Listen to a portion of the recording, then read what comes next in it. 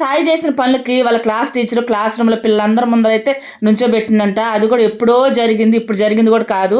మరి ఆమె ఎందుకు గుర్తు పెట్టుకుని ఉందేమో ఇప్పుడు దాకా. ఇంకో టీచర్ అయితే మర్చిపోయేది.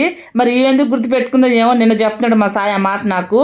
ఎప్పుడో జరిగింది మమ్మీ ఇది, నిన్న గుర్తు పెట్టుకొని మా టీచర్ నుంచోబెట్టి ఇట్లా చేపించింది నన్ను మా టీచర్ క్లాస్ రూమ్లో పిల్లలందరి ముందరైతే అని చెప్పాడు మా సాయి.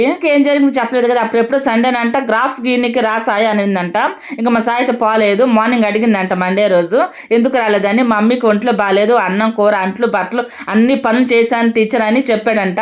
మరి అది ఇప్పుడు ఎందుకు గుర్తుకొచ్చిందేమో. పిల్లలందరి ముందర నుంచోబెట్టి క్లాప్స్ కొట్టించిందంట. సాయం చూసి నేర్చుకోండి. వాళ్ళ మమ్మీకి ఎన్ని పనులు సాయం చేస్తారని వాడిని నుంచోబెట్టి పిల్లలందరి చేత క్లాప్స్ కొట్టించిందంట. సాయి చదువులో వీక్ అయినా మంచితనంలో మటుకు బాగానే ఉన్నాడు. స్కూల్లో ప్రతి ఒక్క టీచర్ కూడా మా సాయిని బాగానే గలవరిస్తారు. ఏమి లేపలేక ఇంట్లో ఏది ఉంటే అదే ఫ్రైడ్ రైస్ లా చేశాను. లాస్ట్ లో మటన్ మసాలా వేసరికి భలే ఉంది.